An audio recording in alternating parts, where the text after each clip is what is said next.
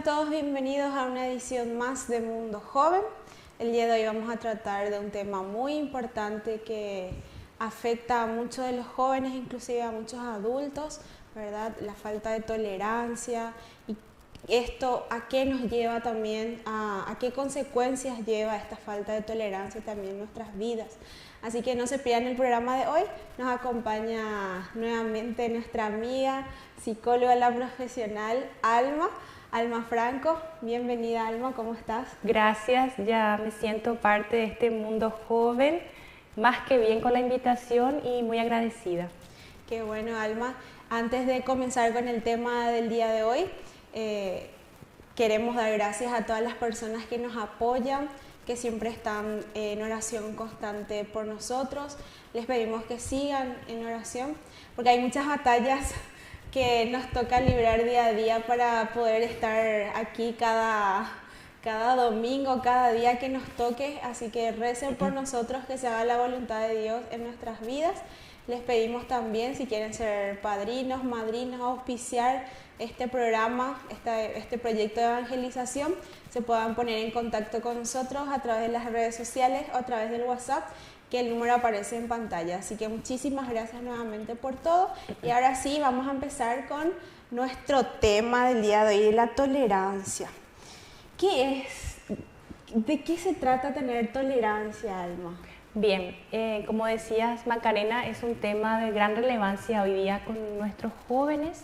¿Por qué? Porque ya la tolerancia a la frustración se puede trabajar desde muy pequeños, es decir, con los más niños, si tenemos la oportunidad de influir en una crianza positiva con ellos, es momento oportuno. Y se define como una actitud, es decir, una actitud en donde podemos trabajar el afrontamiento y todas las habilidades que implica tener un afrontamiento positivo, la resistencia, es decir, activar el modo de lucha y de perseverancia frente o versus a lo que sería un modo de falta de constancia o una falta de esa disciplina que es necesario para poder sostener una meta y poder cumplirla. Caso contrario, por ejemplo, vemos que un elemento de la disciplina es la motivación. Cuando doy el caso práctico de ejemplo en el rendimiento académico, cuando vemos que hay problemitas en el colegio porque ponemos todo el esfuerzo para lograr un buen aprendizaje y aún así vemos que se presenta un obstáculo y la meta no es cumplida, entonces yo ya identifico cuál es mi tipo de barrera, es decir, a qué me estoy enfrentando y por lo tanto como efecto siento esa ansiedad y la idea luego de trabajarlo como un proceso es pasar de esa ansiedad a una incomodidad, es decir, no automáticamente pensar, uy, soy un fracasado porque tengo aplazos, sino que soy una persona que a veces tiene la experiencia de fracasar. Hay una gran diferencia entre ese pensamiento que es por un lado rígido, absolutista o condenatorio también, de decir soy fracasado, esa etiqueta, a la diferencia de decir un pensamiento más flexible, a veces fracaso. Claro. Entonces, ¿cómo se manifiesta hoy en día? Se manifiesta de diferentes formas en cuanto a la edad, en cuanto a jóvenes que en adultos, esta tolerancia a la frustración. Así es, hay una gran diferencia porque el adolescente todavía está construyendo su personalidad, tal es así que está aprendiendo a regular sus emociones, a ponerle nombre o identificar qué es lo que siente y cómo va a afrontar. Va a ver el problema, uno, como una amenaza o va a ver el problema como un desafío. Entonces, si ve primeramente el problema como algo insufrible, que no puede soportar, el mundo no es justo, no debería ser así, entonces estamos viendo que tiene una baja tolerancia a la frustración. Y eso puede evidenciarse en las actitudes, es decir, ya tiende a rendirse, ya tiene un pensamiento que va rondando en torno a la idea de tristeza o va a querer huir, evitar la situación, no poner todo el esfuerzo, como decía, para poder tener un buen rendimiento. Esto doy el ejemplo académico, pero puede trasladarse a otro escenario, por ejemplo, en las habilidades sociales. justo con los chicos de confirmación que tuvimos la vez pasada en la catequesis, la pregunta que le habíamos hecho fue de cuál era su esperanza más grande y cuál sería la frustración más grande para ellos también, ¿verdad? Y todos coincidían en su mayoría, como están terminando el colegio, ¿verdad? El ingresar o no a la carrera que ellos elijan, ¿verdad? Si no ingresan, para ellos se ponían todo histéricos. Profe, yo me muero si es que no puedo ingresar a la carrera que me estoy preparando, o me muero si no puedo lograr esto. Y así era el vocabulario, era como que se acababa el mundo de ellos si es que no lograban una u otra cosa, ¿verdad? Y al escucharlos, ahí mismo podemos identificar y ayudarles a ellos que puedan notar cómo están pensando. Es un pensamiento de catastrofismo, es decir, es una catástrofe, es un pensamiento de tremendismo, que es lo tremendo, lo insoportable, y de a poco ir modificando o reestructurando esa creencia. Es decir, por un lado decirles, me gustaría ingresar, pero no es el fin del mundo o no es lo peor si es que no ingreso. Y ahí le abrimos esa otra alternativa de poder visualizar, no es una visión de túnel, no es que todo está perdido, sino que también tengo otras oportunidades para volver a intentar en los años que vengan, claro, o poner una estrategia de estudio más efectiva. Gira en torno a ellos mucha desesperación, dicen ellos, ¿verdad? Que hay mucha presión en su entorno, ¿verdad? Y que eso les lleva a ellos a pensar así, ¿verdad? Porque yo le pregunté, ¿por qué tanta presión, ¿verdad?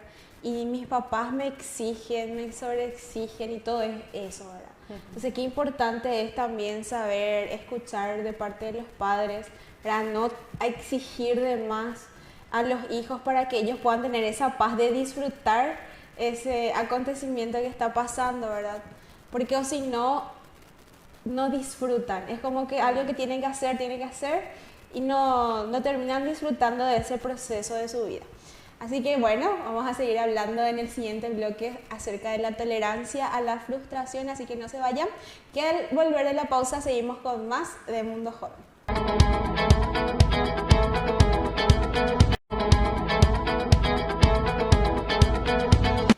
Seguimos con más de Mundo Joven y en este segundo bloque vamos a seguir hablando de la tolerancia a la frustración y cuáles pueden ser algunos de los actos que tenemos que hacer para poder ser más tolerantes. Si puedes comentarnos, Alma, qué es lo que tenemos que hacer, cuáles son esos tips que tenemos que seguir.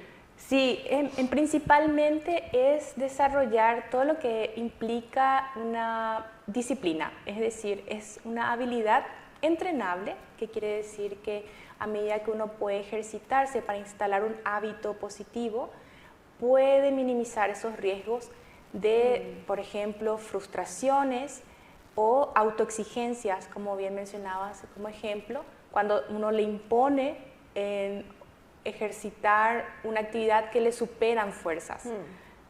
Bien, entonces, parte de esta disciplina es primeramente tener una dirección, es decir, hacia dónde me estoy enfocando y si soy yo consecuente paso a paso hacia esa meta que es realista, por ejemplo, ingresar.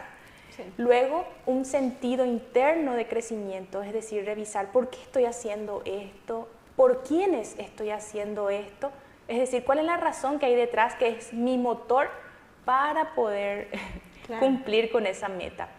Luego ya la planificación y teniendo en cuenta que hay unos planes que a veces se cumplen y otros no. Ahí está la importancia del pensamiento flexible. Sí. Y luego yo puedo autoevaluarme o monitorear qué tanto logré cumplir con lo que me había propuesto y hacer esa medida, el antes y el después. Y hacer ese punto comparativo. Cómo empecé a estudiar desde el día 1 del cursillo de ingreso hasta cómo voy avanzando. Es una revisión constante y poder así de esa manera conocerme más. Qué bueno, entonces la disciplina entonces es fundamental para poder, cómo cuesta ser disciplinado desde el horario desde que nos levantamos hasta que nos acostamos, ¿verdad? Y tener esos hábitos positivos que nos ayuden a ser más tolerantes, como decía, y tener un poco la mente abierta a cuando planeas algo y no sale cómo funciona, ¿verdad? Hay veces que uno así trata lo más que se puede planear, ¿verdad? De Sí. ver las cosas, pero hay variables que uno no puede atajar, ¿verdad? Entonces, tratar de lidiar con eso cuesta bastante cuando tiene uno un perfeccionismo bastante elevado, ¿verdad? Yo me identifico mucho con eso, ¿verdad? Porque yo trato de planear todo así detalladamente y cuando no sale así algo como quiero, ya estalla ya mi mente. Ujú. Y el plan no necesariamente se debe cumplir así tal cual Claro. nos propusimos desde un inicio y ahí es el momento de activar todo lo que uno tiene ya de por sí ejercitado como tolerancia a la frustración. Es decir, me encontré con esta barrera, pero eso no significa que voy a rendirme. Entonces uno puede decir, mi pensamiento automático me dice, ya no intento más, pero yo digo que sí. Entonces poner la voluntad por encima de lo que la mente pueda estar motivándote como para que mejor decidir rendirte, intenta después y así corremos ese riesgo de postergar todo para después o procrastinar. Esa es una tarea también para muchas personas, la procrastinación. Ni tiene la palabra que la más no me sale. Mamá me reta así cuando una palabra no sale. Practica, me dice mamá. Pero esta actitud de dejar para después las cosas también afecta mucho a los jóvenes, ¿verdad? Es lo que en algún momento hablamos también y que con esta falta de tolerancia a la frustración afecta también porque llega a un punto en que colapsan y llegan en muchos jóvenes inclusive a suicidarse, que es uno de los temas también que vamos a estar tocando, ¿verdad? De cómo prevenir eso en los jóvenes. Si podemos ir tocando ya también ese... Cuando uno ya sobrepasa su tolerancia a esa frustración, ya es demasiado grande la frustración para un joven, ¿verdad? ¿En qué punto tiene que llegar psicológicamente como para pensar en lo que es el suicidio? Bien, pensemos que cada uno de nosotros tiene unos recursos como capital, un recurso psicológico o un recurso social, que puede ser la red de amigos o el apoyo que yo perciba de parte de la familia, por mencionar. Entonces, cuando voy rebasando todos los recursos que yo ya de por sí fui acumulando conforme a mis experiencias y habilidades, ahí entonces se desarrolla lo que vemos un comportamiento suicida, es decir, todo lo que atente contra la propia vida. ¿Por qué? Porque está principalmente motivado por una evitación al dolor. En un primer momento hablábamos de una evitación a frustrarme y ahora veo una evitación hacia el dolor. Entonces, yo vi muchos casos, ¿verdad? En internet se ven muchos casos donde los jóvenes manifiestan esas ganas de querer perder la vida, inclusive dejan cartas o avisan, ¿verdad? Y algunos dicen, no, si avisa es porque no se va a matar, ¿verdad? Si dice tantas veces que se va a matar y no se mata, no pasa nada. Pero ¿qué tan cierto es eso? Bien, hay signos de alertas y también hay mitos en torno a la conducta suicida. El principal mito que ya está conforme a la evidencia científica demostrado de que no es así es que no hay que hablar directamente. Al contrario, lo más conveniente es preguntarle así, clara y directamente, acerca del suicidio. No en otras palabras, sino de frente. Y en nuestro país se ha visto que hasta el año pasado hubo más de 500 casos de suicidio y también esto está afectando a niños y jóvenes. Y el 70% es de los casos de varones. Entonces es alarmante y dentro de todo es también un trabajo pendiente para todos nosotros ser agentes de la prevención. Es decir, poder informarnos más y trabajar en torno a la prevención. Y esto nos indica de que sí es prevenible. Esa es la buena noticia. ¿Y cómo identificamos estos riesgos? Bien, hay tres principales riesgos. Hay otros factores, pero menciono lo más importante. Cuando una persona tiene un dolor físico y emocional. También cuando una persona ya no le teme a la muerte. Y cuando una persona asocia todo lo que sea no vivir más con el suicidio, entonces asocia, y la tarea es desasociar, que todos esos pensamientos que tiene en torno al suicidio, eso no va a traer una resolución del problema, o al contrario, no va de acuerdo a sus valores. Y también es muy importante notar cuando el joven está como desapegado o no conectado con otras personas. Entiendo. Vamos a seguir extendiendo esta parte del tema en el siguiente bloque, así que no se vayan, que al volver de la pausa seguimos con más de Mundo Joven.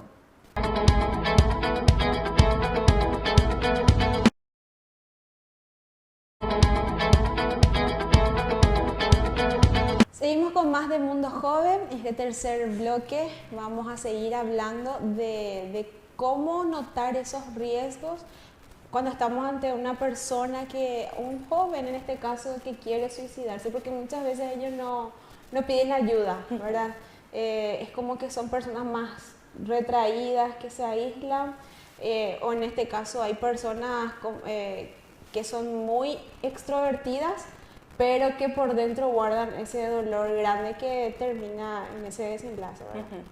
Como decíamos, es una persona que vamos a identificar con estas características, que puede ser con una gran desesperanza, que puede tener algún trastorno del comportamiento y de la personalidad, o un trastorno por consumo de sustancias, también algún estresor, por ejemplo, alguna pérdida reciente, o se vio tan frustrado que no pudo activar todos sus recursos para afrontar, o bien una persona con una alta impulsividad también. Entonces, dentro de este grupo de personas que para nosotros es motivo de atención clínica en psicología o en psiquiatría, conviene preguntarles directamente. Y el trabajo con ellos consiste en rebatir, poner en una balanza cuáles son las ventajas y cuáles son las desventajas de este pensamiento en torno al suicidio. Y ahí vamos, conforme avanza el proceso de terapia, trabajando esas ideas. Y me detengo en este punto, en que las personas con consumo de sustancias también presentan un alto riesgo. Eso afecta mucho a... Sí. ¿Por qué? Porque no están activando todo lo que sea de resolución de problemas, no están activándose, al contrario, hay una desactivación de todos los comportamientos que son de bienestar. Entonces encuentran el placer en el consumo o en otras actividades no saludables y no pueden reemplazar con otras actividades que sí son fuente de felicidad saludablemente. Entonces es importante, ¿verdad?, que los papás vayan notando, o los parientes, ¿verdad?, las personas que vayan notando este tipo de actitudes en los jóvenes, ¿verdad?, dolores, o que se encierra y ya no son las mismas personas que antes, ¿verdad? Entonces que van perdiendo el interés por hacer cosas que hacían antes, ¿verdad? Porque muchas veces de una depresión, ansiedad, falta de tolerancia, todo eso junto hace que ellos tomen esa decisión, ¿verdad? Entonces ese apoyo que podamos dar a los jóvenes es muy importante, saber escucharle, a veces no opinar sobre su vida, ¿verdad? Así es. Porque a veces queremos opinar, nos dicen algo y ya queremos opinar demasiado sobre lo que nos están diciendo. El simple acto de esa cercanía o esa proximidad y escucharles, aunque no podamos en su momento resolver del todo el problema que le afecta, empatizar o tener un acto compasivo con él puede claramente ayudarle a tener esa esperanza. Todo lo que perdió le llevó a la desesperanza, en cambio, también trabajamos los motivos para vivir, es decir, ¿cuáles son tus valores? ¿Qué es lo que más aprecias de todo el mundo? Y decime 5 valores. Pero si estoy hablando con un joven que está con una depresión, ya de por sí no va a querer responderme. Sí.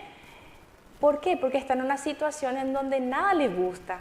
Entonces, ahí yo cambio mi pregunta y le digo en torno al pasado. Antes de que tengas este episodio depresivo, ¿qué era lo que más valorabas antes, en tu pasado? Entonces, ahí voy activándole, sí.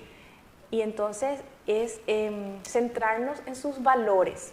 Y también En casos más complejos podemos preguntarle, ¿y cómo se sentiría la persona que más querés o tu familia o tu referente afectivo en el caso de que vos decidas en acabar con tu vida o en el caso de que vos estés intentando un suicidio? También en la evaluación forma parte las preguntas acerca de los intentos previos, sus antecedentes y demás.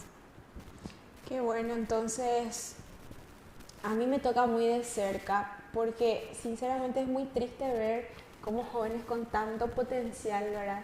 Terminen escuchando todo lo negativo nada más de sus vidas y que gracias a eso no encuentren, así como decía, esa motivación para salir adelante, ¿verdad?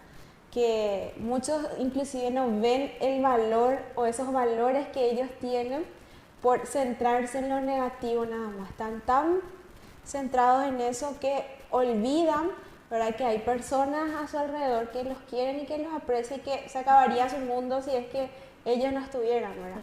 Entonces, hacerles ver eso a alguien, me imagino yo en una situación, ¿verdad? ¿Cómo le hago saber eso a esa persona? ¿Verdad? Si se cierra ante esas posibilidades. Bien, y lo más importante es activar lo que es el protocolo. El primer paso cuando hay un riesgo de vida es informar a la familia y acudir siempre a un profesional de la salud mental, que puede ser un psiquiatra o un psicólogo o un consejero también. Entonces ahí ya actuamos con estas derivaciones, con una red de enlace que podemos derivar a los centros regionales o a una terapia ya con profesionales que practican en la evidencia científica. Es decir, ya conocen en todos los pasos a trabajar y así van los jóvenes adhiriéndose a este compromiso con vivir y también preguntarles a ellos, ¿qué pensás de lo que pensás? Entonces ellos van ejercitándose ya a adentrarse y ver que esa no es la única solución, que al contrario, esto le va a implicar efectos negativos. Es decir, la idea de muerte trae estas consecuencias y en mi balanza tengo más desventajas que ventajas. Es muy importante tener esa balanza de la decisión. Es muy importante, ¿verdad? Poder controlar eso, poder realmente estar dispuesto a tener esos hábitos, esa disciplina para poder también nosotros ayudarles, porque a veces queremos desmeritar lo que otros piensan, ¿verdad? Y más pasa en nuestra cultura, lastimosamente, ¿verdad? Los papás, eso con un rato nomás te va a pasar. No vayan a ser dramático o dramática, ¿verdad? Exageras ya otra vez. ¿Verdad? Ese tipo de situaciones hacen que la persona se sienta otra vez achicada ante la familia, ¿verdad? Es como que lo que pienso no importa, como que lo que siento no está siendo validado de alguna forma, ¿verdad? Así es, o sea que pueden sentirse desvalorizados o como que no están siendo comprendidos y en ese momento es muy importante también incluir a la familia en este proceso terapéutico y indicar a la familia que pueda estar con el monitoreo 24 horas, es decir, que pueda estar supervisando todas las actividades del joven. En este caso vamos a suponer que tiene una depresión severa, entonces asegurarse de que esté cumpliendo regularmente con las sesiones o con las indicaciones del profesional de psiquiatría o psicología. Entonces, y por supuesto, trabajar con el joven todo lo que sean sus valores, que pueda aceptar sus valores y comprometerse con sus valores. Es importante entonces, ya sea la persona que se dé cuenta, sea amigos o dentro de la familia, es acudir a las personas correctas para poder ayudar a nuestros jóvenes, a nuestros adultos a tomar esas buenas decisiones y a salir de ese cuadro que le está llevando, ¿verdad?, a tomar malas decisiones. Así que no se pierdan que al volver de la pausa seguimos con más de Mundo Joven.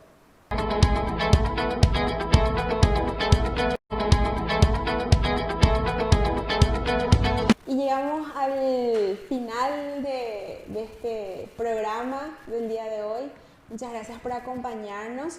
antes de ir cerrando, ahora vamos a tocar lo que realmente es importante de forma resumida de lo que estuvimos hablando en los anteriores bloques, que es cómo nosotros mismos actuamos si sentimos alguna de estas actitudes en nosotros.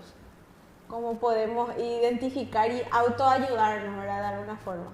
Sí, es tan importante y esencial preguntarnos qué recomendaciones seguir, porque justamente frente a una situación como esta, vamos a suponer un joven que está manifestando conductas que pueden indicar que está pensando en el suicidio o ya ha intentado anteriormente, o que está tan frustrado que no está pudiendo afrontar positivamente. Entonces, la primera medida siempre va a ser incluir a la familia, en este caso, si la familia no está presente, a algunos referentes protectores afectivos de este joven. Es decir, involucrarles y que sean personas que estén dispuestas, es decir, que ya estén practicando el autocuidado.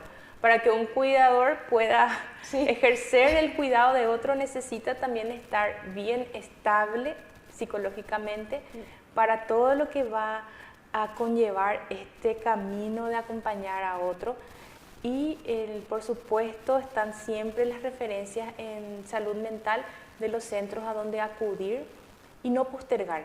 Cuando veo que un joven tiene un cambio brusco en su comportamiento, ya no es como antes, y ahí sí ya está dando signos de alerta de que la salud mental está deteriorándose, ya no está funcionando como antes, ya no se siente parte de todas las actividades en las que antes sí estaba comprometido.